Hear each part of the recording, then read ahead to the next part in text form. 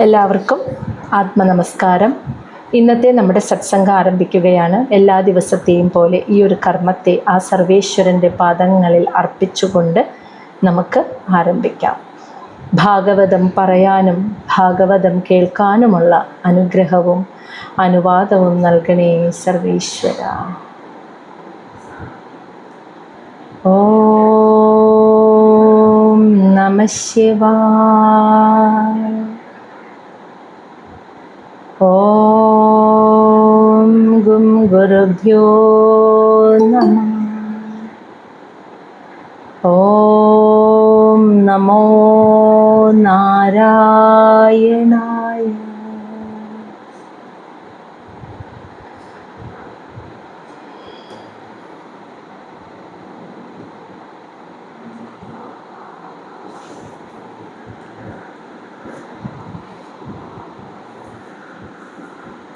ശ്രീമദ് മഹാഭാഗവതം ചതുർത്ഥ സ്കന്ധം അധ്യായം 23 ഇന്ന് ആരംഭിക്കുകയാണ്. പൃഥു മഹാരാജാവ് വൈകുണ്ഠത്തിലേക്ക് തിരിച്ചു പോകുന്നു. അതാണ് നമ്മൾ ഈ ഒരു അധ്യായത്തിൽ കാണാൻ പോകുന്നത്. ഇപ്പം കഴിഞ്ഞ ദിവസം നമ്മൾ കണ്ടു പൃഥു മഹാരാജാവിൻ്റെ ഭഗവാന്റെ സനകാദി മഹർഷിമാർ അദ്ദേഹത്തിന് ആത്മജ്ഞാനം ഉപദേശിച്ചു കൊടുക്കുന്നതും അത് കേട്ട് മനസ്സിലാക്കി തുടർന്നുള്ള അദ്ദേഹത്തിൻ്റെ ജീവിത രീതിയെക്കുറിച്ചാണ് ഇനി നമ്മൾ അദ്ദേഹം എങ്ങനെ ജീവിച്ചു അതാണ് നമ്മൾ ഇനി ഒരു അധ്യായത്തിൽ കാണാൻ പോകുന്നത്. എന്നിട്ട് തൻ്റെ സ്വധാമത്തിലേക്ക് അദ്ദേഹം തിരിച്ചു പോകുന്നു. ആ മടക്ക യാത്രയാണ് കേട്ടോ. ശ്ലോകം 1, 2, 3 ഒരുമിച്ചാണ്. മൈത്രേയ ഉവാച. മൈത്രേയ മഹർഷിയാണ് ഇവിടെ വിതുരരോട് കഥ പറഞ്ഞു കൊടുക്കുന്നത്, നമുക്കറിയാം. അപ്പം മൈത്രേയ മഹർഷി പറയാണ്, ദൃഷ്ട്വാ ആത്മാനം പ്രവയസം ഏകദാ വൈന്യ ആത്മവാൻ ആത്മനാ വർദ്ധിത അശേഷ സ്വ അനുസർഗ സ അനുസർഗഃ പ്രജാപതിഃ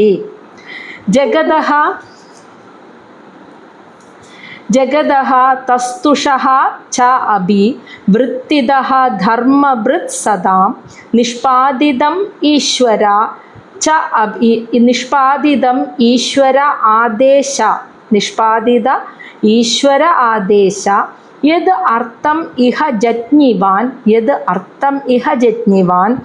ആത്മജേഷു ആത്മജാം ന്യസ്യ വിരഹാദ് രുദതീം ഇവ പ്രജാസു വിമനസ്സു ഏകഃ സദാ സദാരഃ. സദാര എന്ന് വായിക്കരുത്, സധാരഃ അഗാത് തപോവനം.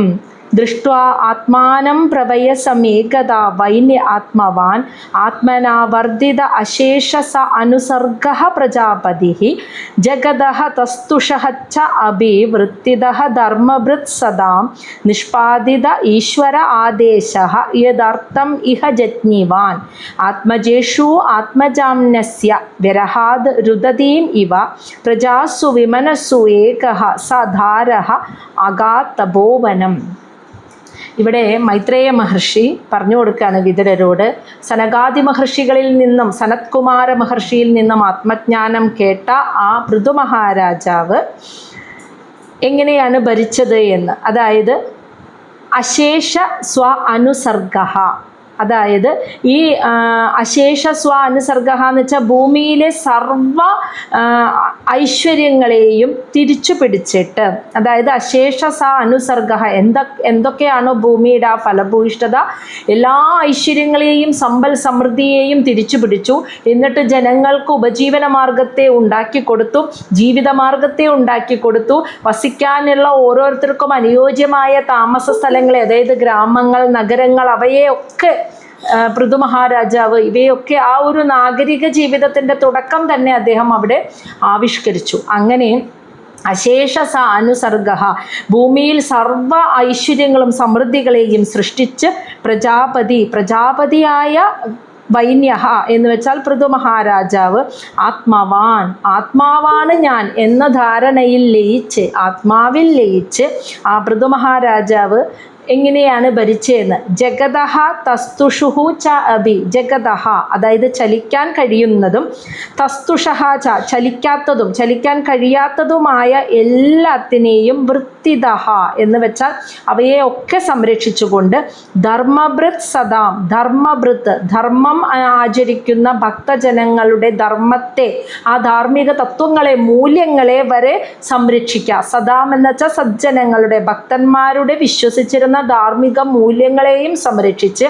ഈ പ്രപഞ്ചത്തിലെ ചലിക്കാൻ കഴിയുന്നതും ചലിക്കാൻ കഴിയാത്ത സർവ്വചരാചരങ്ങളുടെയും പരിപാലകനായിട്ട് ഭൂമിയുടെ മുഴുവൻ ഫലഭൂയിഷ്ഠതയെയും സർവ്വ ഐശ്വര്യങ്ങളെയും തിരിച്ചു പിടിച്ചുകൊണ്ട് പ്രജാപതിയായ ആ പൃഥു മഹാരാജാവ് ആത്മാവിൽ ലയിച്ച് അങ്ങനെ രാജ്യം ഭരിക്കുക. അതെങ്ങനെയാണ്? ഇഹ ജജ്ഞിവാൻ, ഈ ലോകത്ത് അവതരിച്ചു. ഈ ലോകത്തിൽ ജജ്ഞിവാൻ എന്ന് വെച്ചാൽ ജനിച്ചു വന്ന്, യത് അർത്ഥ, ആ ഭഗവാന്റെ ഇച്ഛയെ ഈശ്വര ആദേശ, ഭഗവാൻ നൽകിയ നിർദ്ദേശപ്രകാരം തന്നെ നിഷ്പാദിത, ഭംഗിയായി പൂർണ്ണമായും നിർവഹിച്ചു എന്ന്.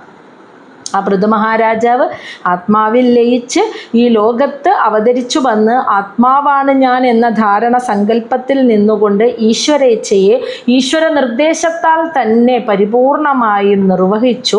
അങ്ങനെയിരിക്കെ ഏകത, ഒരു ദിവസം ദൃഷ്ട്വാ ആത്മാനം പ്രവയസം, അദ്ദേഹം കണ്ടു ആത്മാനം, തനിക്ക് പ്രവയസം വാർദ്ധക്യം വന്നു എന്ന്. ആത്മനാ വർദ്ധിത, തൻ്റെ ശരീരത്തിൽ വാർദ്ധക്യത്തിൻ്റെതായ എല്ലാ ലക്ഷണങ്ങളും കുറേശ്ശെ വരാൻ തുടങ്ങിയതായിട്ട് അദ്ദേഹം കണ്ടു. അതായത് ആ ഒരു ഗൃഹസ്ഥാശ്രമ ജീവിതം, കർമ്മം ചെയ്തുള്ള ജീവിതത്തിന് ഒരു പരിധി ഉണ്ടല്ലോ, അത് കഴിഞ്ഞ വാനപ്രസ്ഥം ആരംഭിക്കുന്നതാണ് വാർദ്ധക്യത്തിൻ്റെ തുടക്കം. അപ്പം അതിൻ്റെതായ ലക്ഷണങ്ങൾ തൻ്റെ ശരീരത്തിൽ വരുന്നതായിട്ട് അദ്ദേഹം കണ്ടു. അപ്പം അദ്ദേഹം തീരുമാനിച്ചു, മതി, ഈ ലക്ഷണങ്ങൾ എനിക്ക് കാണിച്ചു തരുന്നത് ഗൃഹസ്ഥാശ്രമം ഞാൻ അവസാനിപ്പിക്കേണ്ട സമയമായി എന്നാണ്. അപ്പോൾ വാനപ്രസ്ഥത്തിലേക്ക് പോകണം. അപ്പോൾ ഇന്നത്തെ സാഹചര്യവുമായിട്ട് അതിനെ കണക്ട് ചെയ്യരുത്. അന്നത്തെ വാനപ്രസ്ഥം എന്ന് പറഞ്ഞാൽ കുടുംബം വിട്ട് കാട്ടിലേക്ക് പോക്കാണ്.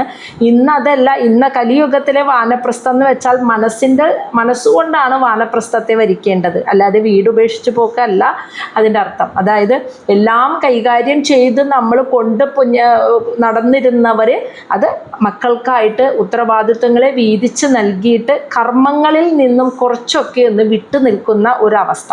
മനസ്സിലായി? എല്ലാം ഏറ്റെടുത്ത തലയിൽ വെച്ച് നടക്കാതെ കർമ്മങ്ങളിൽ നിന്നും കുറച്ച് വിട്ടു നിൽക്കുന്ന ഒരവസ്ഥയെ അതിനെയാണ് ആ വാനപ്രസ്ഥം എന്ന്. എന്നിട്ട് പരമാവധി സമയം ഈശ്വര ചിന്തയിലും ഈശ്വര സങ്കല്പത്തിലും ഇങ്ങനെ ആ സ്മരണയിൽ കഴിയുക, അതാണ് വാനപ്രസ്ഥം എന്നുകൊണ്ട് ഉദ്ദേശിക്കുന്നത്.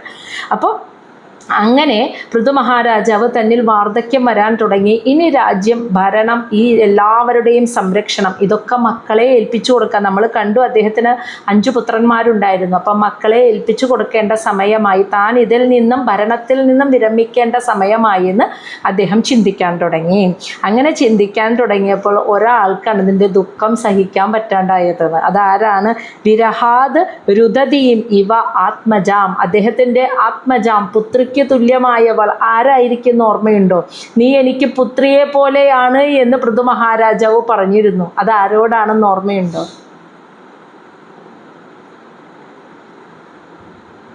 ഈ പൃഥുവിൻ്റെ ചരിതം പറഞ്ഞപ്പോൾ നീ എനിക്ക് പുത്രിക്ക് തുല്യമാണ്, എൻ്റെ മകൾക്ക് തുല്യമാണ് എന്ന് പൃഥു പറഞ്ഞ് അനുഗ്രഹിച്ചത് ആരെയായിരുന്നു? ഓർക്കുന്നില്ല? ഭൂമി ദേവിയോട് പറഞ്ഞിരുന്നു, നീ എനിക്ക് പുത്രിക്ക് തുല്യാണെന്ന്. അതാണ് ആത്മജാം, പൃഥുവിനെ പുത്രിക്ക് തുല്യമായിരുന്ന ആ ഭൂമി ദേവിക്ക് വിരഹാത്, അതായത് അത്രയും ഭൂമി സന്തോഷിക്കുമ്പോൾ ആ മണ്ണിൽ അത്രയും ഫലഭൂയിഷ്ഠത ഉണ്ടാവുകയാണ്. അതിന് കാരണം ഭൂമിയെ സന്തോഷിപ്പിക്കുന്ന രീതിയിലായിരുന്നു പൃഥു ഭരിച്ചിരുന്നത് എന്ന്. അപ്പോൾ ആ ഭരണം കണ്ട് അത്രയും സന്തോഷത്തിലിരുന്ന ഭൂമി ദേവി ഇപ്പോൾ പൃഥു മഹാരാജാവ് അതിൽ നിന്നും പതുക്കെ ഭരണം ഉപേക്ഷിക്കുകയാണ്, ഇതിൽ നിന്നും മുക്തനാവുകയാണ് എന്ന് മനസ്സിലാക്കിയപ്പോൾ, പൃഥുവിൻ്റെ ഉള്ളിൽ അങ്ങനെ ചിന്തിക്കാൻ തുടങ്ങിയപ്പോൾ തന്നെ ഭൂമി ദേവിക്ക് അത് മനസ്സിലാക്കാൻ തുടങ്ങിയപ്പോൾ വളരെയധികം ദുഃഖത്തോടെ രുദതിയും ഇവ കരയുന്നത് പോലെയായി ഭൂമി ദേവി. അപ്പോൾ അദ്ദേഹം എന്ത് ചെയ്തു എന്നാ? ആത്മജേഷു തൻ്റെ പുത്രന്മാരോട് ന്യസ്യ എന്ന് വെച്ചാൽ ഭൂമി ദേവിയെ സംരക്ഷിക്കണമെന്ന് അദ്ദേഹം പറഞ്ഞു കൊടുത്തു എന്ന്. അതായത് ഞാൻ എങ്ങനെയാണോ ഭൂമിയെ സംരക്ഷിച്ചിരുന്നത്, ഒരു പുത്രിയെ പോലെ സ്വന്തം മകളെ ഞാൻ സംരക്ഷിച്ചിരുന്നത്, അതുപോലെ എൻ്റെ പുത്രന്മാർ ഭൂമിയെ സംരക്ഷിക്കണമെന്ന് അദ്ദേഹം പൃഥു മഹാരാജാവ് പുത്രന്മാർക്ക് നിർദ്ദേശം നൽകി. ഇനി ഇതിനെ നമുക്ക് നമ്മുടെ സ്വന്തം വീട്ടിലേക്ക് എടുക്കാം. നമ്മുടെ വീട് നിൽക്കുന്ന മണ്ണ്, ആ മതിൽക്കെട്ടിൻ്റെ ഉള്ളിലുള്ളത് നമ്മുടെ സ്വന്തമാണെന്ന് നമ്മൾ വിചാരിക്കല്ലോ.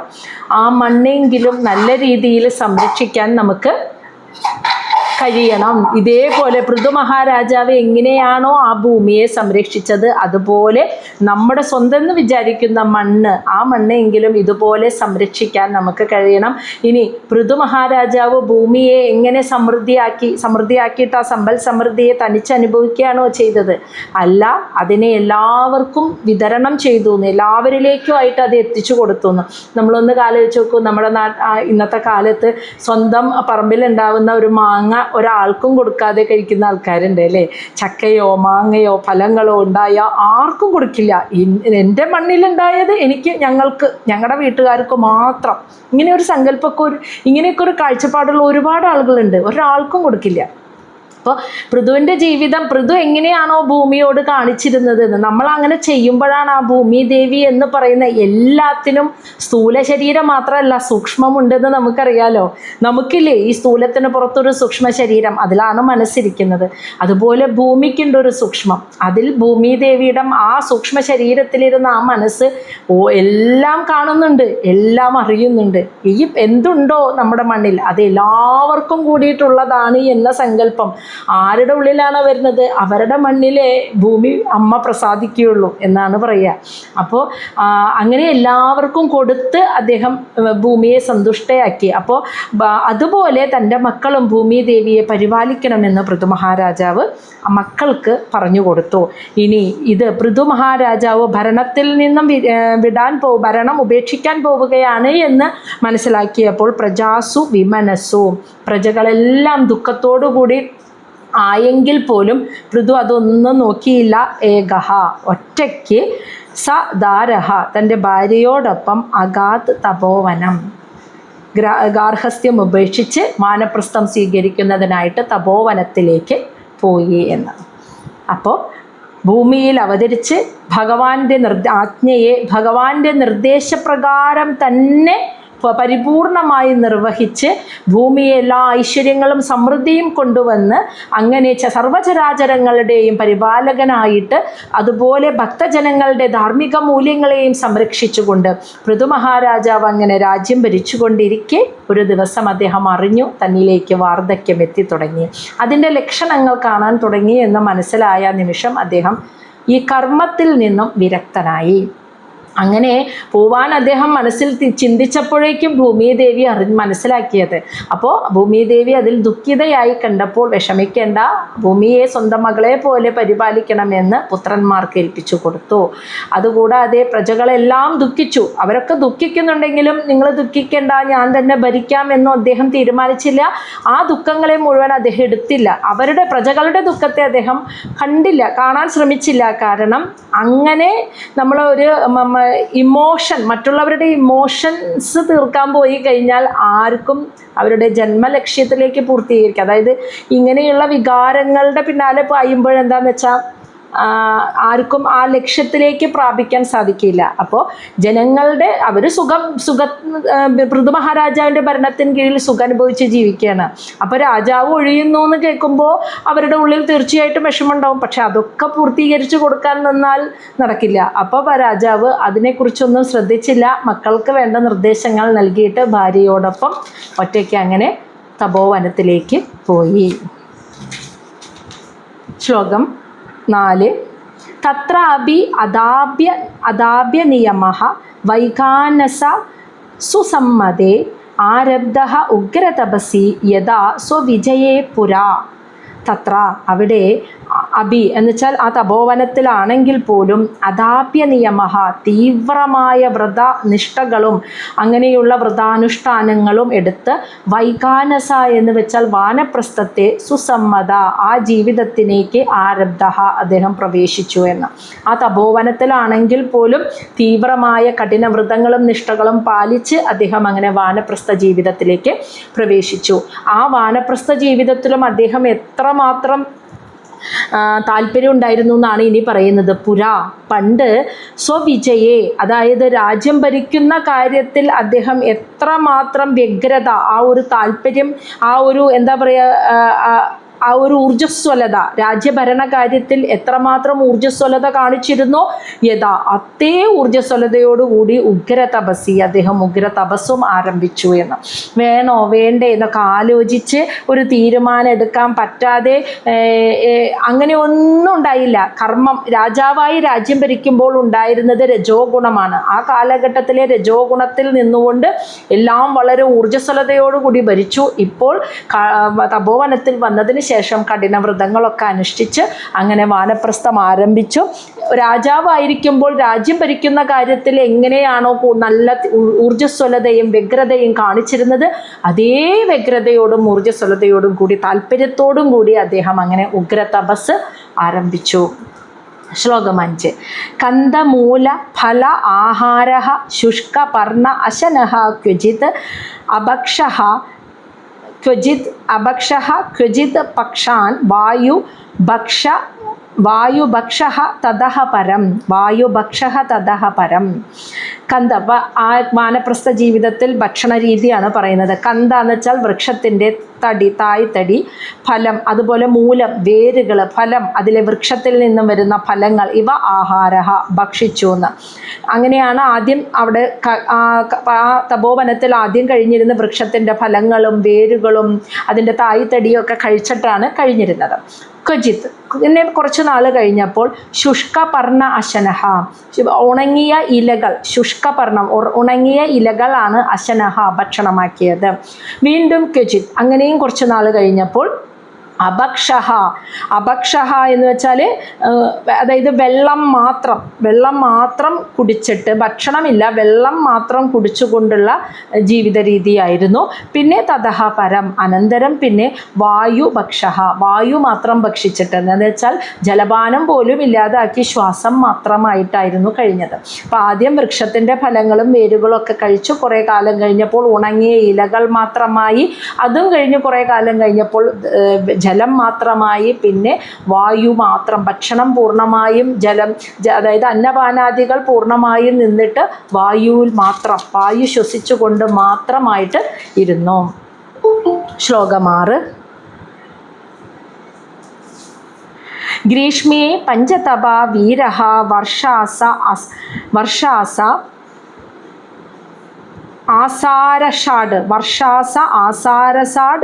ആസാരഷാഡ് മുനിഹി അഖണ്ഡമഗ്നഃ എന്നാണ് അത് വായിക്കുക. അഖണ്ഡഗ്നഃ എന്ന് വെച്ചാൽ അഖണ്ഡമഗ്നഃ. ശിശിരേ ഉദകേ സ്തണ്ഡിലേ ശയഃ. ഗ്രീഷ്മേ പഞ്ചതപ വീര വർഷാസ ആസാരഷാത് മുനിഹി അഖണ്ഡമഗ്ന ശിശിരേ ഉദകേ സ്തണ്ഡിലേ ശയഃ. അതിനുശേഷം ഇങ്ങനെയാണ് ഇനി, അപ്പോൾ ഭക്ഷണവും ജലപാനത്തിൻ്റെ കാര്യം പറഞ്ഞു. ഇനി അദ്ദേഹം കാലാവസ്ഥകളിലൊക്കെ എങ്ങനെയാണ് ജീവിച്ചിരുന്നതെന്ന്. ഗ്രീഷ്മേ, നല്ല വേനൽക്കാലത്ത്, പഞ്ചതപഃ, പഞ്ചാഗ്നിയുടെ മധ്യത്തിൽ അദ്ദേഹം കഴിഞ്ഞു എന്ന്. നല്ല വേനൽക്കാലത്ത് പഞ്ചാഗ്നി മധ്യയിൽ കഴിയാന്ന് പറഞ്ഞാൽ, പഞ്ചാഗ്നി മധ്യം എന്ന് പറഞ്ഞാൽ അർത്ഥം 5 അഗ്നിയുടെ മധ്യത്തിൽ ഇരിക്കാന്ന് വെച്ചാൽ, നട്ടുച്ച സമയത്ത് നല്ല വെയിൽ, സൂര്യൻ്റെ വെയിൽ ഇങ്ങനെ ശിരസിലേക്ക് അടിച്ചിങ്ങനെ നിൽക്കുന്ന സമയത്ത്, അപ്പോൾ അതൊരു ഭാഗം. ചുറ്റോറും അഗ്നി കത്തിച്ച് വെച്ചിട്ട് അതിൻ്റെ നടുക്കിലിരിക്കുകയാണ്. അതാണ് പഞ്ചാഗ്നി എന്നുകൊണ്ട് ഉദ്ദേശിക്കുന്നത്. നട്ടുച്ച സമയത്ത് സൂര്യൻ്റെ വെയിലിൻ്റെ ചൂട്, ആ സമയത്ത് ചുറ്റുപാടും അഗ്നി കത്തിച്ച് വെച്ചിട്ട്, തീ കത്തിച്ചിട്ട് അതിൻ്റെ നടുക്കിലിരിക്കുക, അതാണ് പഞ്ചാഗ്നി. അങ്ങനെ വേനൽക്കാലത്ത് ആ 5 വിധത്തിലുള്ള താപങ്ങളും അനുഭവിച്ചു. ഇനി വർഷസ, മഴക്കാലത്ത് ആസാരഷാഡ്, അതായത് ധാരമുറിയാതെ മഴ പെയ്യുന്നതിൻ്റെ ഉള്ളിലും ഇരുന്നു എന്ന്, അതും അനുഭവിച്ചിരുന്നു. മുനിഹി വീരഹ, വീരനായ ഒരു മുനിയെ പോലെ. അതായത് വെയിലും ചൂടും ഒന്നും അദ്ദേഹത്തിൻ്റെ ശരീരത്തെ ബാധിക്കാത്ത അവസ്ഥയിലായിരുന്നു അദ്ദേഹം കഴിഞ്ഞിരുന്നത്. പഞ്ചാഗ്നി മധ്യത്തിൽ ഇരിക്കാനും ബുദ്ധിമുട്ടില്ല, അപ്പോഴും വിഷമമില്ല. പെരുമഴയത്ത് ഇങ്ങനെ നനഞ്ഞു കുളിച്ച് വസ്ത്രമൊന്നുമില്ലാതെ ഇരിക്കുമ്പോഴും അതിലും അദ്ദേഹത്തിന് ബുദ്ധിമുട്ടുണ്ടായിരുന്നില്ല. ഇനി അഖണ്ഡമഗ്ന ശിശിരേ, ശിശിരം എന്ന് വെച്ചാൽ മഞ്ഞുകാലത്ത്, അഖണ്ഡമഗ്നഃ അതായത് കഴുത്തുവരെ വെള്ളത്തിൽ ഇങ്ങനെ മഞ്ഞുകാലത്ത് മുങ്ങി നിൽക്കുന്ന, അത്രയും തണുപ്പുള്ള സമയത്ത് കഴുത്തുവരെ വെള്ളത്തിൽ ഇങ്ങനെ മുങ്ങി അങ്ങനെ നിന്നു. ഇനി ഉദകേ, അതായത് ജലത്തിൽ, വെള്ളത്തിൽ മുങ്ങി നിന്നു. പിന്നെ സ്തണ്ഡിലേ ശയഃ, അതായത് അത്രയും തണുപ്പ് കാലത്ത് വെറും തറയിലെ പായയോ ഷീറ്റോ ഒന്നും വിരിക്കാതെ തറയിൽ അങ്ങനെ കിടക്കുകയും ചെയ്തു. അതായത് സാഹചര്യങ്ങളും കാലാവസ്ഥയ്ക്കും മാറ്റത്തിനനുസരിച്ച് ശരീരത്തിനെ അതൊന്നും ബാധിക്കാതെയായിരുന്നു. ചൂടോ തണുപ്പോ അതൊന്നും തന്നെ ആ ശരീരത്തിനെ യാതൊരു തരത്തിലും ബാധിക്കാത്തൊരു സ്ഥിതിയിലേക്ക് അദ്ദേഹം എത്തി. അതാണ് ആ പറയുന്നത്. വേനൽക്കാലത്ത് കൊടും ചൂടിലും മഴക്കാലത്ത് പെരുമഴയത്തും മഞ്ഞുകാലത്ത് കഴുത്തുമുട്ടെ വെള്ളത്തിൽ മുങ്ങിക്കിടന്നും തണുത്ത തറയിൽ കിടന്നുറങ്ങിയും അദ്ദേഹം ആ കാലാവസ്ഥയെ വരെ അതിജീവിച്ചുകൊണ്ട് ജീവിച്ചു. ശ്ലോകം 7. തിദീക്ഷുഹു യദ വാക് ദാന്ത ഊർധ്വരേതജിതാനിലഃ ആരിരാധയിഷുഹു കൃഷ്ണം അജരത് തപ ഉത്തമം. തിദീക്ഷു അറിയാലോ, സമചിത്തത പാലിച്ചു. യഥ വാക്കിനെ നിയന്ത്രിച്ച്, ദാന്ത ഇന്ദ്രിയങ്ങളെ നിയന്ത്രിച്ച്, ഈ വാക്കിനെയും മുഴുവൻ ഇന്ദ്രിയങ്ങളെയും 6 ഇന്ദ്രിയങ്ങളെയും മനസ്സിനെ വരെ നിയന്ത്രിച്ച് അവിടെയൊക്കെ സമനില പാലിച്ചു. തിദീക്ഷാഭാവം. പിന്നെ ഊർധ്വരേതസ, ശുക്ലസ്ഖലനമില്ലാതെ അതിനെ മുകളിലേട്ട് ഉയർത്തിയിട്ട് അത് തന്നെ സ്വന്തം ഊർജമാക്കി മാറ്റി. ഭക്ഷണം കഴിക്കേണ്ടതാണ്, ഭക്ഷണം കഴിക്കണില്ലല്ലോ, എല്ലാം നിർത്തിയില്ലേ. അപ്പോൾ ശുക്ലത്തെ മുകളിലോട്ട് ഉയർത്തിയിട്ട് അതിലൂടെ തൻ്റെ അതാണ് തൻ്റെ ഊർജം എന്ന രീതിയിൽ ആ ഊർജത്തിൽ ജീവിക്കാൻ തുടങ്ങി. ജിത അനിലഹ, പ്രാണവായുവിനെ വരെ നിയന്ത്രിച്ചു. എന്നിട്ട് ഉത്തമമായ തപസ് അനുഷ്ഠിച്ചിട്ട് കൃഷ്ണം ആരിരാധയിഷു, ഭഗവാൻ കൃഷ്ണനെ ആരാധിക്കാൻ ആഗ്രഹിച്ചുകൊണ്ട് കഠിനമായ തപസ് അനുഷ്ഠിക്കുകയും ചെയ്തു. അപ്പോൾ ഭക്ഷണം, കാലാവസ്ഥ അതൊക്കെ അദ്ദേഹം നിരോധിച്ചു. പിന്നെ മനസ്സ്, ശരീര, ഇന്ദ്രിയങ്ങളെയൊക്കെ സമനില പാലിച്ചു. അങ്ങനെ പ്രാണവായുവിനെ വരെ നിയന്ത്രിച്ച് ഭഗവാൻ കൃഷ്ണനെ ആരാധിക്കാൻ അത്രയ്ക്കധികം ആഗ്രഹിച്ചുകൊണ്ട് കഠിനമായ ഉത്തമമായ തപസ് അദ്ദേഹം ആരംഭിച്ചു. ശ്ലോകം 8. തേന ക്രമ അനുസിദ്ധേന ധ്വസ്തകർമ്മമലാശയഃ പ്രാണായാമൈഃ സംരുദ്ധ ഷഡ്വർഗ ചിഹ്നബന്ധനഃ. തേന, ഇപ്രകാരം ക്രമ അനുസന്ധേന, ഇത്ര കഠിനമായ നിഷ്ഠകളോട് കൂടിയിട്ടുള്ള ഈ തപസ് ആരംഭിച്ചപ്പോൾ ധ്വസ്തകർമ്മ, അദ്ദേഹത്തിൻ്റെ ഉള്ളിലെ കർമ്മം മുഴുവനായിട്ടും അവസാനിച്ച് മലാശയഃ, മനസ്സിലെ അഴുക്കുകളൊക്കെ പോയി. അവനവൻ്റെ കർമ്മം എന്ന ആ പൂർണ്ണമായ കർമ്മമെല്ലാം അവസാനിച്ചു. അതായത് ശ്വാസം വലിക്കുന്നത് വരെ ഒരു കർമ്മമല്ലേ, ഇന്ദ്രിയങ്ങളുടെ പ്രവൃത്തി ഒരു കർമ്മമല്ലേ, മനസ്സിൻ്റെ ചിന്ത കർമ്മമല്ലേ, എല്ലാം നിലച്ചപ്പോൾ പൂർണ്ണമായും കർമ്മം നിലച്ച് മനസ്സിലെ മാലിന്യങ്ങളെല്ലാം അങ്ങനെ ഇല്ലാതായി. പ്രാണായാമത്താൽ ഷഡ്വർഗ 6 ഇന്ദ്രിയങ്ങളെയും ചിഹ്നബന്ധനഃ, ഇന്ദ്രിയങ്ങൾക്കുള്ള എല്ലാ ബന്ധനങ്ങളും അവസാനിപ്പിച്ച് സംരുദ്ധ, അതിനെയൊക്കെ അടക്കാനും അദ്ദേഹത്തിന് സാധിച്ചു. പ്രാണായാമം ചെയ്യുന്നതിലൂടെ ശ്വാസത്തെ കയറിപ്പോകുകയും ഇറങ്ങിപ്പോകുകയും ചെയ്യുന്ന ആ ശ്വാസത്തിൽ മാത്രം മനസ്സ് ഏകാഗ്രതപ്പെട്ടപ്പോൾ എന്ത് സംഭവിച്ചു? മറ്റ് ഇന്ദ്രിയങ്ങളുടെ ഒക്കെ പ്രവർത്തനം പൂർണ്ണമായും അവിടെ നിലച്ചു എന്ന്. നമ്മളുടെ ഇന്ദ്രിയങ്ങളുടെ പ്രവർത്തനം, നമ്മൾ എന്തെങ്കിലും ഒരു കാഴ്ച കാണുമ്പോൾ കണ്ണ് ആ കാഴ്ചയെ സ്വീകരിച്ചു കൊണ്ടിരുമ്പോൾ അതിനെക്കുറിച്ച് ഇങ്ങനെ കണ്ട കാഴ്ചയും നടന്ന സംഭവങ്ങളും കേട്ട കാര്യങ്ങളെക്കുറിച്ചല്ലേ മനസ്സ് ചിന്തിക്കുക. അതേസമയം ആ മനസ്സ് അകത്തോട്ടും പുറത്തേക്കും വരുന്ന ശ്വാസത്തിൽ മാത്രം ഏകാഗ്രതപ്പെടുമ്പോൾ ഇന്ദ്രിയങ്ങളൊക്കെ പ്രവർത്തനം നിലച്ചു എന്നത്. പിന്നെ എന്തിനാ ഇന്ദ്രിയങ്ങൾ പ്രവർത്തിക്കുന്നത്? അപ്പോൾ ഇന്ദ്രിയങ്ങളുടെയൊക്കെ പ്രവർത്തനം അതോടെ പൂർണ്ണമായും നിലച്ചു. ശ്ലോകം 9. സനത്കുമാരഃ ഭഗവാൻ യത് ആഹ ആധ്യാത്മികം പരം യോഗം തേന ഏവ പുരുഷം അഭജത് പുരുഷർഷഭഃ. ഭഗവാൻ സനത്കുമാര മഹർഷി യത് ആഹ, എന്താണോ പറഞ്ഞു കൊടുത്തത്, പരം ആധ്യാത്മികം യോഗം, ആ പരമമായ ആധ്യാത്മിക നിഷ്ഠയെ, യോഗത്തെക്കുറിച്ച് സനത്കുമാര മഹർഷി പൃഥു മഹാരാജാവിന് എന്താണോ പറഞ്ഞു കൊടുത്തത്, തേനയേവ, ആ മാർഗത്തിലൂടെ തന്നെ പുരുഷർഷഭ, പുരുഷന്മാരിൽ ശ്രേഷ്ഠനായ പൃഥു മഹാരാജാവ് പുരുഷം അഭജത്, ആ പരമപുരുഷനെ പൂജിച്ചു എന്ന് ആരാധിച്ചു. അപ്പം സനത്കുമാര മഹർഷി പറഞ്ഞു കൊടുത്ത അതേ മാർഗത്തിലൂടെ തന്നെ ഭഗവാനെ അദ്ദേഹം അങ്ങനെ ആരാധിച്ചു. ശ്ലോകം 10. ഭഗവദ്ധർമ്മിണഃ സാധോ ശ്രദ്ധയാ യതതഃ സദാ ഭക്തിം ഭഗവതി ബ്രഹ്മണി അനന്യവിഷയ അഭവത്. ഭഗവദ്ധർമ്മിണ സാധോ ഒരു ഭക്തൻ, ഒരു സജ്ജനമായ ഒരാൾ ഭഗവദ്ധർമ്മിണ ഭഗവാന്റെ ധർമ്മം അനുഷ്ഠിക്കുക എന്ന് വെച്ചാൽ എല്ലാ കർമ്മങ്ങളും സ്വധർമ്മമായിട്ട് ഭഗവാനിൽ അർപ്പിച്ചുകൊണ്ട് ചെയ്തിട്ട് അതും സദാ എല്ലായ്പ്പോഴും യതതഃ തപസ് ചെയ്ത് ശ്രദ്ധയാ വിശ്വാസത്തോടെ, അതായത് ഈ സദാസമയം തപസ്സിൽ പരിപൂർണ വിശ്വാസത്തോടു കൂടി മുഴുകി എല്ലാ കർമ്മങ്ങളും ആ ഭഗവാനിൽ അർപ്പിച്ചു ചെയ്ത് ജീവിച്ച അദ്ദേഹം ഭഗവതി ബ്രഹ്മണി ആ പരമാത്മാവിൽ ഭക്തി, നിഷ്കളങ്കമായ ഭക്തിയെ നേടി അനന്യ വിഷയ അഭവത്, മറ്റൊരു വിഷയത്തെക്കുറിച്ചും അദ്ദേഹത്തിൻ്റെ മനസ്സിൽ ചിന്തയുണ്ടായില്ല എന്ന്. മറ്റൊരു വിഷയത്തിലേക്ക് മനസ്സ് പോവാതെ ഭഗവാനിൽ തന്നെ മനസ്സ് ലയിച്ച് ആ നിഷ്കളങ്കമായ കാപട്യമില്ലാത്ത ഭക്തിയിൽ അദ്ദേഹം അങ്ങനെ ലയിക്കാൻ തുടങ്ങി. ശ്ലോകം 11. തസ്യ അനയാ ഭഗവതഃ പരികർമ്മ ശുദ്ധ സത്വാത്മനഃ തത് അനുസ്മരണ അനുപൂർത്യ ജ്ഞാനം വിരക്തി മത് അഭൂത് നിശിതേന യേന ചിച്ഛേദ സംശയപദം നിജജീവകോശം എന്നാണ് കേട്ടോ, നിജജീവകോശം.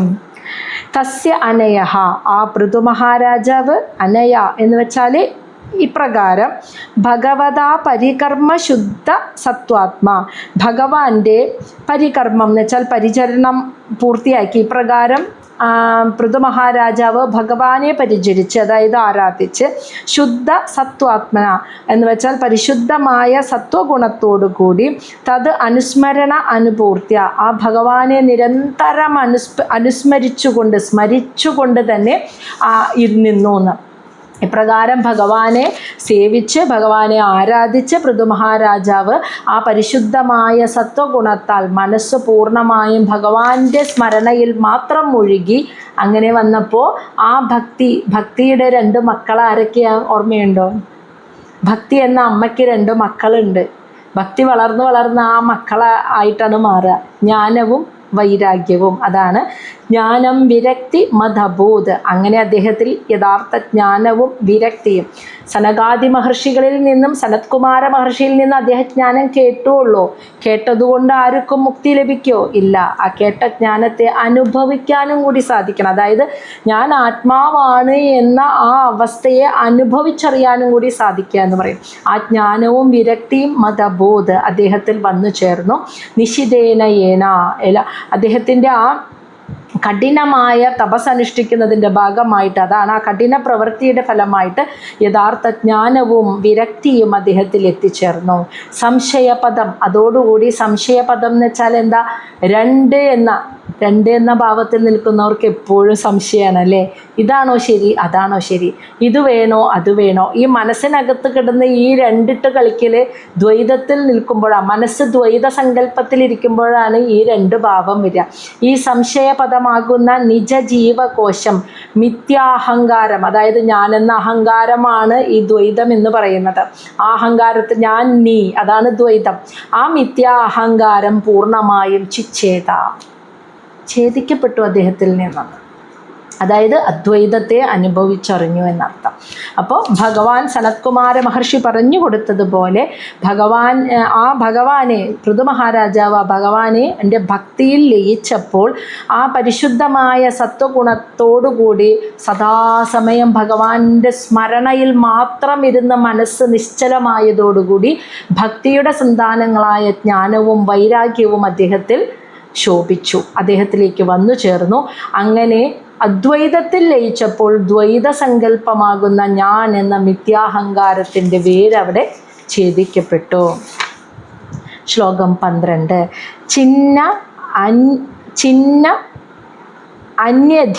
ചിന്ന അന്യധി അധിഗത ആത്മഗതി നിരീഹ തത്യജേ അച്ഛിന്ന ഇതം തത് അച്ഛിന്നത് ഇതം തത് തത്യജേ അച്ഛിന്നത് ഇതം വയുനേന യേന താവത് ന യോഗഗതിഭിഹി യദി അപ്രമത്ത യാവത് ഗദഗ്രജ കഥാസു ഗദാഗ്രജ കഥാസു രതിം ന കുര്യാത്. ഒന്നുകൂടി ശ്ലോകം വായിക്കാം. ചിന്ന അന്യതി അധിഗത ആത്മഗതി നിരീഹ തത് തത്യജേ അച്ചിന്നത് ഇതം വയുനേന യേന താവത് ന യോഗഗതിഭിഹി യദി അപ്രമത്ത യാവത് ഗദാഗ്രജ കഥാസു രതിം ന കുര്യാത്. ഇപ്പം ഈ ഒരു അവസ്ഥയെ, അദ്വൈതം എന്ന അവസ്ഥയെ അദ്ദേഹം അനുഭവിച്ചറിഞ്ഞു എന്ന് പറഞ്ഞല്ലോ.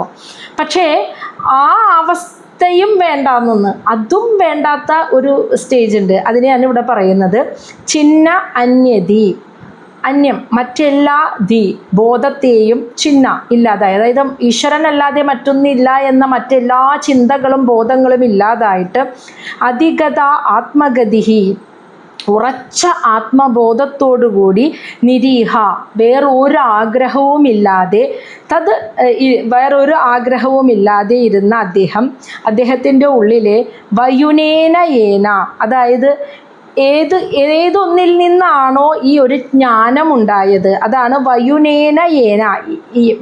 ഏന എന്ന് വെച്ചാൽ ഏതാണോ, ഏതിൽ നിന്നാണോ ഈ ജ്ഞാനത്തെ ലഭിച്ചത് അതിനെ വരെ അച്ചിന്നത് ഇതം എന്നുവെച്ചാൽ ആ ഒരു മായയെ വരെ, അതിനെ വരെ, ആ ബോധത്തെ വരെ ഇല്ലാതാക്കിയെന്ന്. ദ്വൈതത്തിലിരിക്കുമ്പോഴാണല്ലോ അദ്വൈതത്തെ അറിയാൻ പറ്റുക. അതാണ് ഇവിടെ പറയുന്നത്. മറ്റെല്ലാ ചിന്തകളും ഇല്ലാതായിട്ട് ആത്മബോധത്തിൽ ഉറച്ച് ആഗ്രഹങ്ങളൊക്കെ അവസാനിച്ചിരിക്കുന്ന ആ സ്റ്റേജ്, അവിടെ എത്തിക്കഴിയുമ്പോൾ ഈ ജ്ഞാനം നമ്മളിൽ, ആ വ്യക്തിയിൽ പ്രകാശിക്കാൻ കാരണമായത് എന്താണോ അതുവരെ അച്ചിന്നത് ഇല്ലാണ്ടാവുന്നു. ആ കാരണമാകുന്ന മായ വരെ ഇല്ലാണ്ട്, മായയിൽ നിന്നുകൊണ്ടാണ് മായയുടെ പുറത്തേക്ക് എത്താൻ സാധിക്കുകയുള്ളൂ. അപ്പോൾ എല്ലാത്തിനും കാരണമാകുന്ന ആ മായയെ വരെ ഇല്ലാതാക്കി, കാരണമാകുന്ന മായ അതിനെ വരെ ഇല്ലാതാക്കിയപ്പോൾ തത് തത്യജേ എന്ന് വെച്ചാൽ അതെന്താ ഇവിടെ പറയണമെന്ന് വെച്ചാൽ, ഞാൻ ഇതൊക്കെ ചെയ്തു എന്ന ആ ഭാവം അതിനെ വരെ ഉപേക്ഷിച്ചു എന്ന്. തത് തത്യജേ, അതായത് അദ്ദേഹം പതിയായിട്ട് കർമ്മം ചെയ്തുകൊണ്ടിരിക്കുമ്പോൾ പൃഥു ജീവിച്ചത് എല്ലാ കർമ്മങ്ങളും ആ ഭഗവാനിൽ അർപ്പിച്ചുകൊണ്ട് കർമ്മം ചെയ്തുകൊണ്ട് ആ കാലഘട്ടം ജീവിച്ചു. വാനപ്രസ്ഥത്തിൽ വന്നപ്പോൾ ഭൗതികമായ എല്ലാം ഉപേക്ഷിച്ചു. കാലാവസ്ഥയിൽ വരുന്ന വ്യതിയാനങ്ങളൊന്നും ശരീരത്തെ ബാധിക്കാത്ത തലത്തിലേക്ക് കടന്നു. നമ്മളൊന്ന് ആലോചിച്ച് നോക്കാം, വളരെ സസൂക്ഷ്മം എന്ന് ചിന്തിക്കാം. നമ്മളിതൊക്കെ ഇങ്ങനെ കടന്ന് പോകുമ്പോഴും നമ്മുടെ ഉള്ളിലൊരു ഞാൻ ആ സ്റ്റേജ് കടക്കുന്നു, ഞാൻ ഇവിടെ എത്തുന്നു, എനിക്കിനി അടുത്തത് ഇന്നത് ഇങ്ങനെ ഓരോ ഏറ്റവും അൾട്ടിമേറ്റിലിരിക്കുന്ന നമ്മുടെ ഉള്ളിലുള്ള ഒരു ഞാൻ ഉണ്ട്, ഒരു അഹം ചിന്ത. മനസ്സിലായോ? അതുവരെ പോണെന്നാണ് പറയണത്. ഇത്രയും ഏറ്റവും ഉയരത്തിൽ, ഏറ്റവും ആത്മീയതയുടെ ഉയർന്ന തലത്തിലെത്തുന്നവൻ്റെ ഉള്ളിൽ പോലും ഞാൻ ഇവിടെയൊക്കെ എത്തി എന്നൊരു ബോധം ഉണ്ടാവുമല്ലോ, അതുവരെ. അതാണ് പറയുന്നത്. അതിൻ്റെ കാരണം ഈ ജ്ഞാനമൊക്കെ നേടാൻ കാരണമാകുന്നതിന് ആ കാരണം പോലും ഇല്ലാണ്ട് ഉപേക്ഷിച്ചു, അതിനെ വരെ ഉപേക്ഷിച്ചു. തത് തത്യജേ, അതിനെ വരെ ഉപേക്ഷിച്ചപ്പോൾ ഈ യോഗാവുക, ഭഗവാനിലേക്ക് യോഗം ചേരുക, ലയിക്കുക. അപ്പോൾ അതെങ്ങനെയാണ് ലയിക്കുന്നത്? ഞാൻ വേറെ ഭഗവാൻ വേറെ എന്നൊരു ചിന്തയിൽ നിന്നുകൊണ്ടാണല്ലോ പിന്നീട് ഞാൻ ഭഗവാനിലേക്ക് ലയിക്കുന്നു എന്നൊരു ഭാവം വരുന്നത്. അതുവരെ ഇല്ലാണ്ടാകുന്ന, ആ ചിന്ത വരെ ഇല്ലാണ്ടാകുന്ന ഒരു അവസ്ഥയിലെത്തിയപ്പോൾ അദ്ദേഹം പറയുകയാണ് യോഗഗതിഭിഹി, അതായത് യതി എന്ന് വെച്ചാൽ ഒരു യോഗിയുടെ യോഗഗതിഭിഹി, ആ ഭഗവാനിലേക്ക് യോഗമാവാനുള്ള അദ്ദേഹത്തിൻ്റെ യാത്ര, ആ യോഗഗതി, ആ ഗതിയിൽ താവത് ആ വ്യക്തിക്ക് ഈ ഒരു ഗദാഗ്രജ കഥാസു, ഗദാഗ്രജ എന്ന് വെച്ചാൽ ആ ഭഗവാന്റെ ലീലകളാകുന്ന കഥകളെ രതിംന കുര്യാത്ത്, അത് ആസ്വദിക്കാൻ കഴിയുന്നില്ല എങ്കിൽ, അതായത് ഒരു വ്യക്തിക്ക് അവൻ എത്ര വലിയ യോഗിയാണെങ്കിൽ പോലും, യാവത് എന്ന് വെച്ചാൽ ആണെങ്കിൽ പോലും, അവന് ഭഗവാന്റെ, ആ യോഗിയാണെങ്കിൽ പോലും ഭഗവാന്റെ ലീലകളാകുന്ന ഭാഗവത കഥാമൃതത്തിനോട് ഒരു ആകർഷണീയത രതിം ന കുര്യാത്ത്, അത് വരുന്നില്ല എങ്കിൽ, ആ രതി അതിനെ ആസ്വദിക്കാൻ കഴിയുന്നില്ല എങ്കിൽ, അതിൻ്റെ അർത്ഥം യോഗഗതിഭിഹി, ആ വ്യക്തി യോഗി ഭഗവാനിലേക്ക്, ആത്മീയതയിലേക്ക് ഇങ്ങനെ പോകുന്ന ആ ഗതിയിൽ ന അപ്രമത്ത, തീർച്ചയായിട്ടും വഴിതെറ്റിപ്പോവാൻ സാധ്യതയുണ്ടെന്ന്. ആ മിഥ്യാബോധത്തിൽ പെട്ടുപോകാനായിട്ട് പെട്ടുപോകുന്നുള്ള കാര്യത്തിൽ ഒരു സംശയവും ഇല്ല എന്നാണ്. ആ തത്വത്തിൻ്റെ പിന്നാലെ ഇങ്ങനെ സഞ്ചരിക്കുമ്പോൾ തീർച്ചയായിട്ടും വഴിതെറ്റിപ്പോകുന്നാണ് ആ പറയുന്നത്. ഭാഗവത കഥാമൃതത്തിനൊരു പ്രത്യേകതയുണ്ട്. ഓരോ ഭഗവാന്റെയും ഭഗവത് ഭക്തന്മാരുടെയും ജീവിതവും അവരുടെ തീരുമാനങ്ങളും കണ്ടും കേട്ടും മനസ്സിലാക്കി പോകുമ്പോൾ ഒരു ഗുരുവാണ് ഭാഗവതം. ഭാഗവതം എന്ന് പറയുന്നത് ഒരു ഗുരുവാണ്. അതായത് ഒരു ഗുരു എല്ലാത്തിനെയും അനുഭവിച്ചറിഞ്ഞവനായിരിക്കണം എന്നല്ലേ പറയാം. അപ്പോൾ അനുഭവിച്ചറിഞ്ഞ ഗുരു അനുഭവത്തിലൂടെ കടന്നു പോകുമ്പോൾ തനിക്ക് പിന്നാലെ വരുന്നവൻ ആ വഴിയിലൂടെ വരുമ്പോൾ ഈ വഴിയിൽ ഇങ്ങനെയൊക്കെയുള്ള അപകടങ്ങൾ ഉണ്ട് കേട്ടാ എന്ന് ഗുരു കാണിച്ചു തരും ഇല്ലേ. അതായത് ഒരു വഴിയിൽ നിറയെ കുണ്ടും കുഴിയുള്ളതാണെങ്കിൽ നമ്മൾ മുന്നിൽ നടന്നു പോയാൽ നമുക്കറിയാം അവിടെ എന്തോരം അപകടങ്ങൾ ഉണ്ടെന്ന്. അപ്പം അതുകൊണ്ട് നമുക്ക് പിന്നാലെ വരുന്നവരോട് നമ്മൾ ആ കാര്യം പറഞ്ഞു കൊടുക്കുക. അവർക്കറിയില്ല, അവരിഞ്ഞ് കടക്കാൻ പോണേ ഉള്ളൂ, അതുകൊണ്ട് അവർക്ക് പറഞ്ഞു കൊടുക്കും. ഇതാണ് ഒരു ഗുരുവിൻ്റെ സ്ഥാനം. ഗുരു തൻ അനുഭവിച്ചറിഞ്ഞ ആ അവസ്ഥയിലേക്ക് എത്തുന്നത് വരെയുള്ള പാതയിൽ കണ്ട കല്ലും മുള്ളും എന്തൊക്കെയാണോ അത് തനിക്ക് പിന്നാലെ കയറി വരുന്നവരോട് പറഞ്ഞു കൊടുക്കും. ഇന്ന വഴിയിൽ ഇങ്ങനെയുള്ള ചിന്തകളിൽ ഇങ്ങനെ നീ ചിന്തിക്കുന്നതിൽ അപകടമുണ്ട്, ഇതിങ്ങനെയാണ്, അതങ്ങനെയാണ്, ഇത് മായയാണ്, ഇങ്ങനെ കാണിച്ച് തന്നിട്ടാണ് ഗുരു കൊണ്ടുപോവുക. ഇവിടെ ഭാഗവതമാകുന്ന ഗുരു, ഭാഗവതം ഒരു ഗുരുവാണെന്ന് പറയാൻ എന്താ കാരണം? ഭാഗവതത്തിൽ ഭഗവാന്റെയും ഭഗവത് ഭക്തന്മാരുടെയും കഥ, അവരുടെ ജീവിതം, അവർ ജീവിച്ച വഴി, അത് നമ്മൾ വായിക്കുന്ന, അതായത് പിന്നാലെ വരുന്നവർ നമ്മൾ ആ വഴി കൂടെ പോകാൻ നോക്കുമ്പോൾ അവരനുഭവിച്ച, അവർക്ക് വന്ന തെറ്റുകൾ, അവരുടെ ചിന്തകളിൽ വന്ന ദോഷങ്ങൾ, തെറ്റുകൾ, ആ കുഴിയിലൊക്കെ അവർ പെട്ടിട്ട് എങ്ങനെയാണ് അവിടെ നിന്ന് കടന്നു പോകുന്നതെന്നുള്ളത് വായിക്കുന്ന നമുക്ക് തീർച്ചയായിട്ടും എന്താണ്? ഒരു വഴികാട്ടിയാണ്. ഈ വഴിയിൽ പോകുമ്പോൾ ഇങ്ങനെയൊക്കെ വഴി തെറ്റാൻ സാഹചര്യമുണ്ട്, ഇങ്ങനെയൊക്കെയുള്ള അപകടങ്ങളുണ്ട്. ഓരോ ഭക്തരുടെ കഥയും എടുക്കുമ്പോഴും നമുക്ക് അതിൽ നിന്ന് ഓരോ പാഠങ്ങൾ പഠിക്കാനുണ്ട് അല്ലേ. അപ്പോൾ ഭാഗവതമാകുന്ന കഥാമൃതത്തിൽ ഒരു ആകർഷണീയത തോന്നുന്നില്ലെങ്കിൽ അവൻ എത്ര വലിയ യോഗിയാണെങ്കിലും ആ യോഗാവസ്ഥയിലേക്ക് പോകുന്ന ആ ഗതിയിൽ തീർച്ചയായിട്ടും അവൻ മിഥ്യാധാരണയിൽ അല്ലെങ്കിൽ മിഥ്യാബോധത്തിൽ പെട്ടുപോകാനുള്ള സാധ്യതയുണ്ട്. കാരണം ഗുരുസ്ഥാനത്ത് അവിടെ ഭാഗവതമില്ല.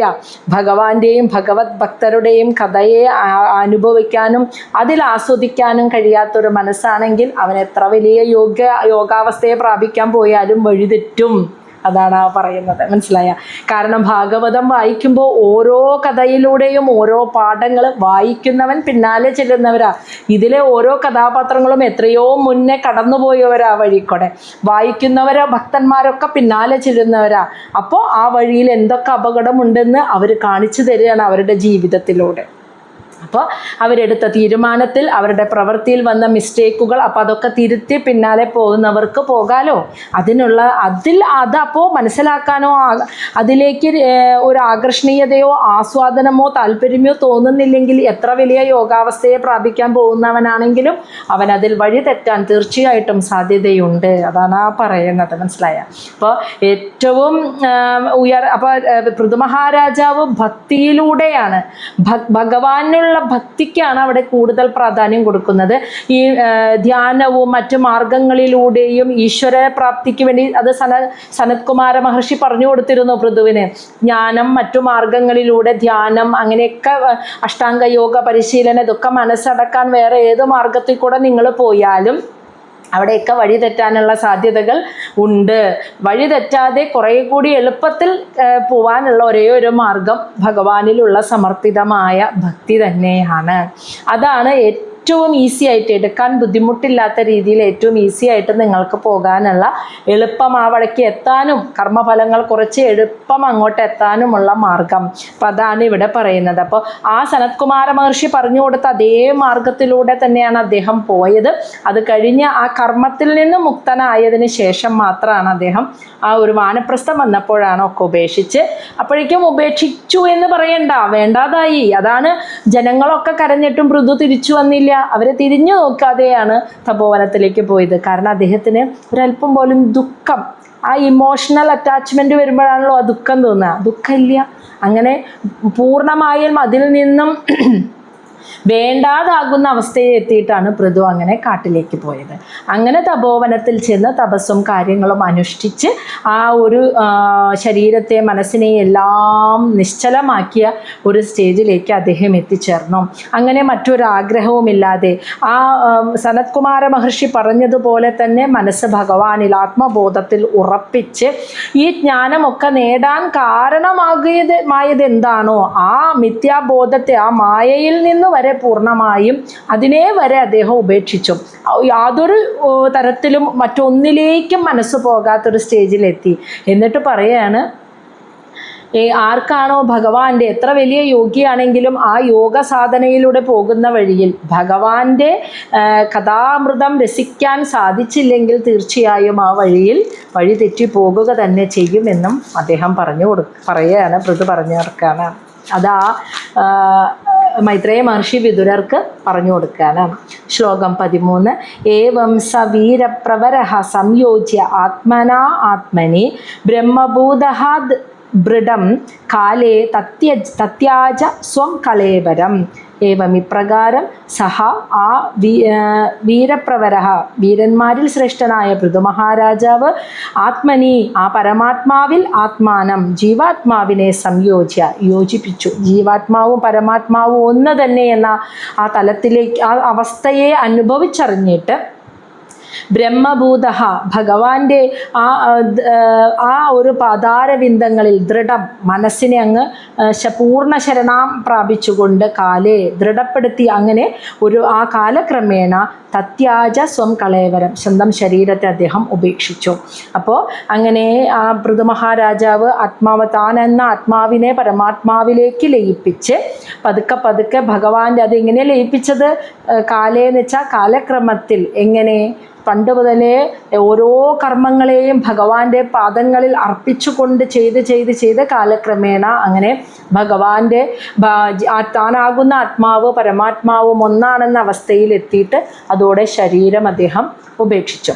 അപ്പം നമ്മൾ മുന്നേ കേട്ടിട്ടുണ്ട് മുക്തി 2 വിധത്തിലാണ് സംഭവിക്കുക അല്ലേ? ചില യോഗികൾക്ക് നേരിട്ടുള്ള മുക്തിയായിരിക്കും, സ്വന്തം ശരീരത്തെ ഉപേക്ഷിച്ചു. അപ്പം നമ്മൾ മുന്നേ കേട്ടിട്ടുണ്ട്, നമ്മൾ മുന്നേ പഠിച്ചിട്ടുണ്ട്, മുക്തി 2 വിധത്തിലാണ് നടക്കുക. അതൊന്നുകിൽ ക്രമമുക്തി അല്ലെങ്കിൽ നേരിട്ടുള്ള മുക്തി. നേരിട്ടുള്ള മുക്തി എന്ന് പറഞ്ഞാൽ ആ യോഗി പിന്നെ ഒരു ആഗ്രഹവുമില്ല. അതായത് ഭൂമിയിൽ നിന്നും ശരീരം ഉപേക്ഷിച്ച ആ സൂക്ഷ്മ ശരീരത്തിലിരിക്കുന്ന മനസ്സിനെ ഇനി മുകളിലെ സ്വർഗലോകം, തപോലോകം, ജനലോകം, ആ ബ്രഹ്മലോകം ഇവയിലൊക്കെ ഇരുന്ന് ആ അവസ്ഥയെയൊക്കെ കണ്ട് അനുഭവിച്ചതിന് ശേഷം പുറത്ത് മുക്തിയിലേക്ക് യഥാർത്ഥ ആ മുക്തിയിലേക്ക് ലയിക്കണമെന്ന് ആഗ്രഹിക്കുന്ന മനസ്സാണെങ്കിൽ തീർച്ചയായിട്ടും ഓരോ ലോകങ്ങളിൽ ഊർധ്വലോകങ്ങളിൽ ഓരോ പുണ്യലോകങ്ങളിലും പോയി സുഖമായി വസിച്ച് അവസാനം ബ്രഹ്മാവിൻ്റെ ആയുസ് തീരുന്ന ബ്രഹ്മലോകം ഇല്ലാതാകുന്നതോടുകൂടി തന്നെ ബ്രഹ്മാവ് ലയിക്കുന്നതോടുകൂടി തന്നെ ലയിക്കുകയാണ്. അങ്ങനെയാണ് ചിലവർ ക്രമമുക്തി വരുന്നവർ. അതെല്ലാം നേരിട്ട് മുക്തിയാണെങ്കിൽ അവർ പിന്നെ ഒന്നിലേക്കും ഇല്ല, നേരിട്ട് മുക്തി, പിന്നെ ഒരു ലോകവും പ്രാപിക്കാതെ നേരിട്ടാണ് പോകുന്നത്. ക്രമമുക്തിയാണെങ്കിൽ പതുക്കെ ഓരോ സ്റ്റേജ്. അപ്പം നമ്മളത് മുന്നേ പഠിച്ചിട്ടുണ്ട്, ഓർമ്മയുണ്ടോ ആർക്കെങ്കിലും? അതായത് സ്ഥൂല ശരീരം പോയി അതിൽ നിന്നും വേറിട്ട സൂക്ഷ്മ ശരീരം. ഈ സൂക്ഷ്മ ശരീരം വരുമ്പോൾ ഇത് എങ്ങനെയാണ് വന്നതെന്ന് നമ്മൾ പഠിച്ചിട്ടുണ്ടല്ലേ? ആ മൂലപ്രകൃതി അവിടെ നിന്നും നമ്മൾ പഠിച്ചിട്ടില്ലേ? ആ എന്താണ് മൂലപ്രകൃതിയിൽ നിന്നും വഴി പിരിഞ്ഞ് 3 സത്വരജ തമോ ഗുണങ്ങൾ. ആ സത്വരജ തമോ ഗുണങ്ങളിൽ നിന്നും പിന്നെ വഴിമാറി അത് തമോ ഗുണത്തിൽ നിന്നും ആ ശബ്ദം എന്ന ഓംകാര ശബ്ദം, അതിൽ നിന്നും പഞ്ചഭൂതങ്ങൾ, ഇതിൽ നിന്നൊക്കെയാണ് പിന്നീട് ശരീരമുണ്ടായത് എന്ന് നമ്മൾ പഠിച്ചില്ലേ? അപ്പോൾ അതുപോലെ തന്നെ ഈ സൂക്ഷ്മ ശരീരം പതുക്കെ ആദ്യം തന്നെ പഞ്ചഭൂതങ്ങളിലേക്ക് ലയിക്കുന്നു. അപ്പോൾ ഏറ്റവും അവസാനമുണ്ടായ പഞ്ചഭൂതങ്ങളിൽ ഏറ്റവും അവസാനം ഉണ്ടായത് ഭൂമിയായിരുന്നു. പിന്നെ ഭൂമിയുടെ സൂക്ഷ്മതലത്തിൽ ആദ്യം ഭൂമിയുടെ സൂക്ഷ്മകണങ്ങളിലേക്ക് ലയിക്കും. പിന്നെ അവിടെ നിന്ന് അങ്ങോട്ട് അഗ്നി, പിന്നെ വായു, ജലം, പിന്നെ ഏറ്റവും ആദ്യം ഉണ്ടായ ശബ്ദത്തിലേക്ക് ലയിക്കുന്നു. അങ്ങനെയാണ് അത് പോകുന്നത്. അത് കഴിഞ്ഞിട്ട് ആ പതുക്കെ അങ്ങനെ ഭൂമിയിൽ നിന്നും വിട്ട് പിന്നെ അതിൻ്റെ ഊർധ്വലോകങ്ങളിലെത്തി ഏറ്റവും അവസാനം ബ്രഹ്മലോകത്തെത്തി. അങ്ങനെ ക്രമമുക്തി വരുന്നു. നേരിട്ടിട്ടുള്ള മുക്തിയാണെങ്കിൽ നേരിട്ട് മുക്തിയെ പ്രാപിക്കുന്നു. അങ്ങനെ 2 വിധത്തിലുള്ള മുക്തിയാണ്. ഇവിടെ പൃഥുവിൻ്റെ ശരീരം ഭൗതിക ശരീരത്തിൽ നിന്നും വിട്ടുപോകുന്ന ആ സൂക്ഷ്മ ശരീരം ക്രമമുക്തിയിലൂടെയാണ് മുക്തിയെ പ്രാപിക്കുന്നത്. അപ്പോൾ അതാണ് നമ്മൾ ഇനി കാണുന്നത് ശ്ലോകം 14. സംപീഡ്യ പായും പാർഷ്ണിഭ്യാം വായു ഉത്സാരയൻ ശനൈഹി നാഭ്യാം കോഷ്ടേഷു അവസ്ഥാപ്യ ഹൃദ് ഉര കണ്ഠ ശീർഷണി. സംപീഡ്യ പായു. അപ്പം അദ്ദേഹം തപസ്സിനിരിക്കുമ്പോൾ അറിയാലോ, പായു മലദ്വാരം. അപ്പം നമുക്കറിയാം മൂലാധാരത്തിലിരിക്കുന്ന ആ പ്രാണ ഊർജത്തെ മുകളിലോട്ട് ഉയർത്തണം അല്ലേ. അപ്പം അതിനായിട്ട് തപസ്സിലിരുന്ന് പായും ആ മലദ്വാര ഭാഗത്തെ സംപീഡ്യ അടച്ചു. പാർഷ്ണിഭ്യാം കണങ്കാലുകൾ കൊണ്ടുവന്ന്. അപ്പം കാല് ഇങ്ങനെ ഇരിക്കുമ്പോൾ ആ കണങ്കാല് ശരിക്കും മലദ്വാരം അതിൻ്റെ മുകളിലാണ്, കാല് വെച്ചിരിക്കുന്നതിൻ്റെ മുകളിലാണ് മലദ്വാരം വരിക. അങ്ങനെ മലദ്വാരത്തെ അടച്ചു. അപ്പോൾ വായു പ്രവാഹം അതിൽ ഇല്ല. അങ്ങനെ വായു ഉത്സാരയൻ ശനൈ, ആ പ്രാണവായുവിനെ ശനൈ പതുക്കെ മുകളിലോട്ട് ഉയർത്തി. അപ്പോൾ അതിൻ്റെ മുകളിൽ മൂലാധാരത്തിൽ നിന്നും പോയി കഴിഞ്ഞാൽ അതിൻ്റെ തൊട്ട് മുകളിലിരിക്കുന്നത് സ്വാധിഷ്ഠാനം. അതാണ് അതിൻ്റെ അടുത്തത്. അതാണ് കോഷ്ടേഷു എന്ന് പറയുമ്പോൾ അതിൻ്റെ തൊട്ട് മുകളിലുള്ള സ്ഥാനം സ്വാധിഷ്ഠാന ചക്ര. അവിടെ നിന്നും പ്രാണവായുവിനെ നാഭ്യാം മണിപൂരക ചക്ര. അവിടെ അവസ്ഥാപ്യ എന്ന് വെച്ചാൽ സ്ഥാപിച്ചു എന്ന്. അവിടെ നിന്നും ഹൃദയ ചക്ര. അവിടെ നിന്നും ഉരം, അതായത് മാറിടത്തിൻ്റെ മുകൾ ഭാഗത്തായിട്ട് വരുന്ന ചക്ര, അതായത് കണ്ഠം എന്ന് പറയും. അതായത് വിശുദ്ധി ചക്ര കണ്ഠത്തിൻ്റെ അവിടെ വരുന്നത്. അത് കഴിഞ്ഞ് ശീർഷണി, അതായത് ആജ്ഞാചക്രയിലേക്കും അവസ്ഥാപ്യ അവിടെ കൊണ്ടുവന്ന് ആ പ്രാണ ഊർജത്തെ സ്ഥാപിച്ചു എന്ന്. അപ്പോൾ മൂലാധാരത്തിലിരിക്കുന്ന പ്രാണശക്തിയെ ഉയർത്തി ഓരോ ചക്രകളിലൂടെ കൊണ്ടുപോയിട്ട് സ്വാധിഷ്ഠാനം, മണിപൂരകം, അനാഹതം, വിശുദ്ധിയും കഴിഞ്ഞ് ആജ്ഞാചക്രയിലേക്ക് കൊണ്ടുവന്നെത്തിച്ചു ആ തപസ്സിലൂടെ. ഇനി അവിടെ നിന്നും ശ്ലോകം 15.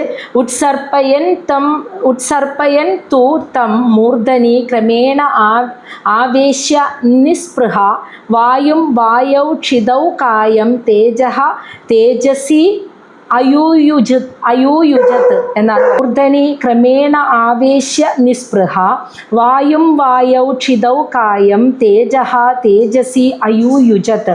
ഉത്സർപ്പയൻ എന്ന് വെച്ചാൽ ഉയർത്തി. തം തു ആ പ്രാണവായുവിനെ അപ്പോൾ ആജ്ഞാചക്ര വരെ കൊണ്ടെത്തിയിട്ട് അവിടെ നിന്നും മൂർധനി സഹസ്രാര പത്മത്തിലേക്ക് ഉയർത്തി. ക്രമേണ പതുക്കെ ആവേശ്യ അവിടെ സ്ഥിതി ചെയ്തു. അങ്ങനെ പ്രാണവായു സഹസ്രാര പത്മത്തിൽ സ്ഥിതി ചെയ്തു. നിസ്പൃഹ എല്ലാ ആഗ്രഹങ്ങളിൽ നിന്നും മുക്തമായിട്ട് വായു പ്രാണവായുവിനെ വായൗ എന്ന് വെച്ചാൽ മുഴുവൻ വായുവിലേക്കും എന്ന്. അദ്ദേഹത്തിന് ശ്വസിച്ചുകൊണ്ടിരുന്ന പ്രാണവായുവിനെ മുഴുവൻ വായുവിലേക്കും ലയിപ്പിച്ചു എന്ന് വെച്ചാൽ ഈ പ്രപഞ്ചം മുഴുവനും നിറഞ്ഞു നിൽക്കുന്ന മുഴുവൻ വായുവിലേക്കും ആ പ്രാണവായുവിനെ ലയിപ്പിച്ചു. കായം ശരീരത്തെ ക്ഷിതൗ ഭൂമിയിൽ നിന്നാണല്ലോ പിന്നീട് ഉണ്ടായത്. അപ്പം ശരീരം ആ ഭൗതിക ശരീരത്തെ ഭൂമിയിലേക്കും പ്രാണവായുവിനെ മുഴുവൻ വായു സമുച്ചയത്തിലേക്കും ലയിപ്പിച്ചു. അതുപോലെ തേജഹ ശരീരത്തിൻ്റെ തേജസ് എന്ന് വെച്ചാൽ ആ ചൂടിനെ തേജസി മുഴുവൻ പ്രപഞ്ചത്തിലും അഗ്നിയുടെ സൂക്ഷ്മരൂപത്തിലേക്ക്, ആ തേജസ് മുഴുവൻ തേജസ്സാകുന്ന അഗ്നിയുടെ ആ സൂക്ഷ്മ രൂപത്തിലേക്ക് അയൂയുജത്ത് ലയിപ്പിച്ചു എന്ന്. അപ്പം ആദ്യം മൂലാധാരത്തിൽ നിന്നും പ്രാണവായുവിനെ ഉയർത്തി കൊണ്ടുവന്ന് സഹസ്രാര പത്മത്തിൽ വെച്ചതിന് ശേഷം അദ്ദേഹം ശ്വസിച്ചുകൊണ്ടിരുന്ന ആ പ്രാണവായുവിനെ മുഴുവൻ വായുവിൻ്റെ സൂക്ഷ്മരൂപത്തിലേക്കും ശരീരത്തെ ഭൂമിയിലേക്കും, ആ ശരീരത്തിനൊരു ചൂട്, മരണം സംഭവിക്കുന്നതോടുകൂടി ആ ചൂട് പോവല്ലോ, ആ ചൂടിനെ മുഴുവനും അഗ്നിയിലേക്കും അഗ്നിയുടെ സൂക്ഷ്മരൂപത്തിലേക്കും അങ്ങ് ലയിപ്പിച്ചു എന്നാണ് പറയുന്നത്. അപ്പോൾ പതുക്കെയുള്ള അദ്ദേഹത്തിൻ്റെ ക്രമേണയുള്ള ആ മുക്തി ആണ് നമ്മളിപ്പോൾ കണ്ടുവരുന്നത്. ഇതിൻ്റെ ബാക്കി നമുക്ക് അടുത്ത നാളെ എടുക്കാം. അപ്പോൾ പൃഥു മഹാരാജാവ് ആ ശരീരത്തിൽ ഉപേക്ഷിച്ച് പോകുന്നതാണ് കണ്ടത്. അപ്പോൾ പതുക്കെ വനത്തിലേക്ക് വന്നു. ആദ്യം കുറേ നിഷ്ഠകൾ, പക്ഷെ പതുക്കെയാണ് കണ്ടോ. ആദ്യം ആവശ്യത്തിന് കനമുള്ള ഫലങ്ങളൊക്കെ കഴിച്ചു, പിന്നെ ഉണങ്ങിയ ഇലകൾ, പിന്നെ ജലം, പിന്നെ പ്രാണവായു മാത്രമായി. പിന്നെ അന്തരീക്ഷത്തിൽ വരുന്ന വ്യതിയാനങ്ങളൊന്നും ശരീരത്തെ ബാധിക്കാതായി. എങ്ങനെയാണോ സനത്കുമാര മഹർഷി പറഞ്ഞു കൊടുത്തത് അതേ മാർഗത്തിലൂടെ തന്നെ പോയി. അപ്പോൾ ഈ അവസ്ഥയിലേക്കൊക്കെ ഇങ്ങനെ തപസ് ചെയ്ത് ലയിക്കുമ്പോഴും ഞാൻ തപസ് ചെയ്യുന്നു എന്നൊരു ഭാവം ഉണ്ടല്ലോ, അതിനെ വരെ അങ്ങ് ഉപേക്ഷിച്ചു. ഞാൻ ഭഗവാനിലേക്ക് ലയിക്കാൻ നിൽക്കുന്നു എന്ന ആ തോന്നലിനെ വരെ ഉപേക്ഷിച്ചു. പക്ഷെ എന്നിട്ടും അദ്ദേഹം പറയുന്നു ഇതിലേക്കൊക്കെ എത്താനും ഏതൊരു യോഗി വലിയ യോഗിയാണെങ്കിലും ഈ ഭാഗവതമാകുന്ന ഗുരുവിനെ അനുഭവിക്കാൻ അല്ലെങ്കിൽ അതിൽ ആസ്വദിക്കാൻ, അതിന് ആ കഥകളെ കേൾക്കാനും ആസ്വാദനവും തോന്നുന്നില്ലെങ്കിൽ തീർച്ചയായിട്ടും അവൻ പോകുന്ന വഴി തെറ്റിപ്പോകും എന്ന് തന്നെയാണ് പറയുന്നത്. കാരണം ഭക്തിയാണ്, ഭക്തന്മാരുടെ കഥകളുമാണ് വഴികാട്ടി, അതാണ് ഗുരു. ആ വഴികാട്ടി പറഞ്ഞു തരുന്ന വഴിയിലൂടെ തന്നെ ഗുരു പറഞ്ഞു തരുന്ന വഴിയിലൂടെ തന്നെ മുന്നോട്ട് പോകണം എന്നും കൂടി പറയാണ്. അങ്ങനെ അദ്ദേഹം പതുക്കെയാണ് മുക്തി നേടിയത്. തപസ് അനുഷ്ഠിച്ച് പതുക്കെ ശരീരത്തെ ഉപേക്ഷിച്ചു.